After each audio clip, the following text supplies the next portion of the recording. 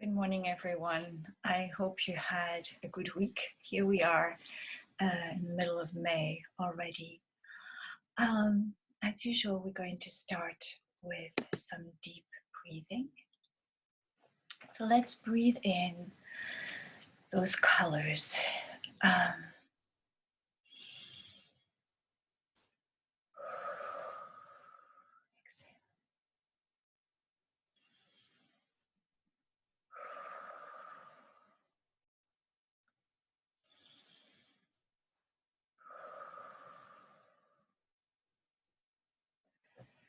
So today I wanted to tell you about freedom.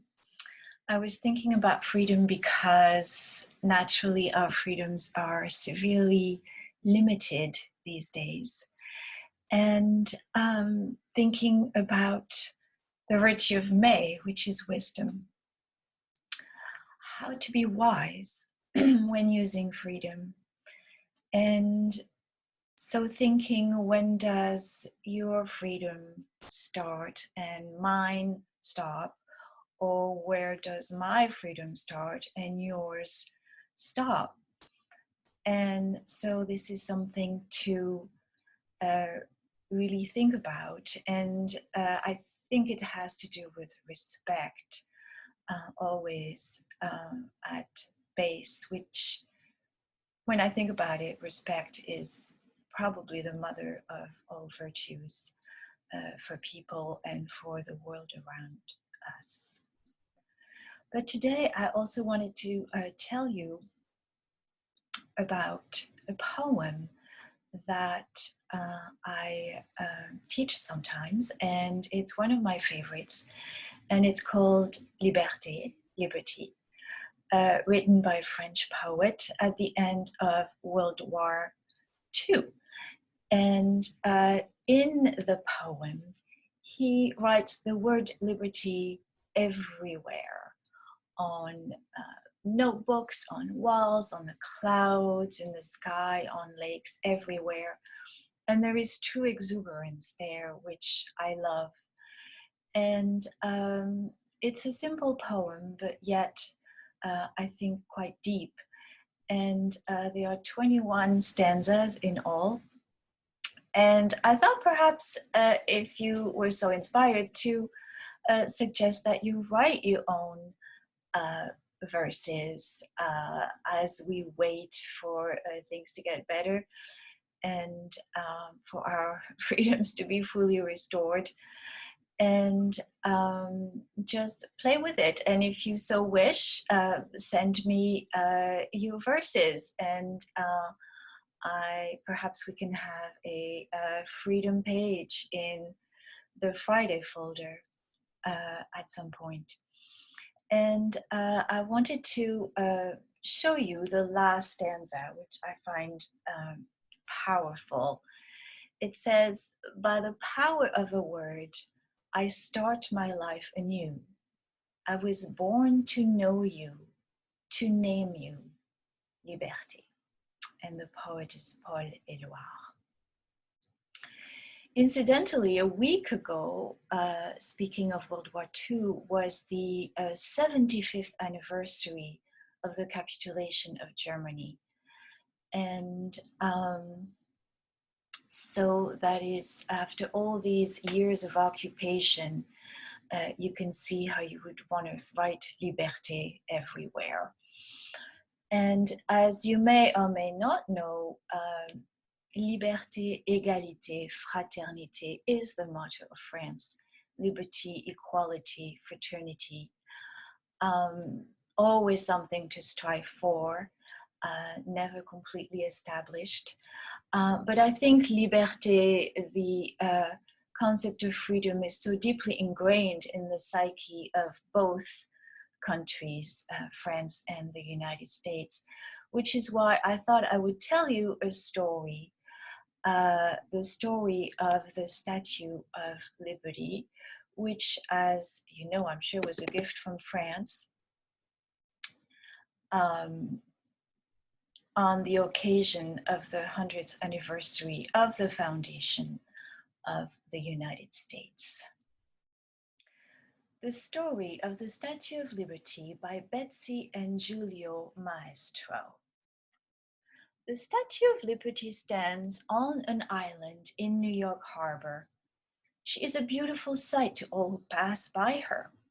Each year, millions of visitors ride the ferry out to the island. They climb to the top of the statue and enjoy the lovely view. A young French sculptor named Frédéric Auguste Bartholdi visited America in 1871. When he saw Bedloe's Island in New York Harbor, he knew it was just the right place for a statue he wanted to build. Bartholdi had created many other statues and monuments, but this one was to be very special. It was to be a present from the people of France to the people of America, as a remembrance of the old friendship between the two countries. When Bartholdi got back to Paris, he made sketches and some small models. The statue would be a woman whom he would call Liberty. She would be a symbol of the freedom in the New World. She would hold a lamp in her raised hand to welcome people who came to America. She would be liberty enlightening the world. The statue would be very large and very strong. Bartholdi wanted people to be able to climb up inside the statue and look over the harbor from the crown and torch. Many well-known artists, engineers, and craftsmen gave him ideas about how to build the statue. First, a huge skeleton was constructed from strong steel. Many people worked together in a large workshop. Some worked on Liberty's head and crown. Others worked on her right hand, which would hold the torch. In her left hand, she would hold a tablet with the date July 4th, 1776, written on it. This is when the Declaration of Independence was signed. The arm holding the torch was sent to Philadelphia for America's 100th anniversary in 1876. Afterward, it stood in Madison Square in New York City for a number of years. Liberty's head was shown at the World Fair in Paris during this time. Visitors were able to climb inside and look around. In this way, money was raised to pay for the statue. Then skin of gleaming copper was put on the skeleton and held in place with iron straps. As the huge statue grew, all of Paris watched with great fascination. Finally, in 1884, Liberty was completed. There was a big celebration in Paris. Many famous people came to see her. Only a few had the energy to climb all the way to the crown, 168 steps. Then began the hard work of taking Liberty apart for the long voyage across the Atlantic Ocean. Each piece was marked and packed into a crate. There were 214 crates in all. They were carried by train and put on a ship to America.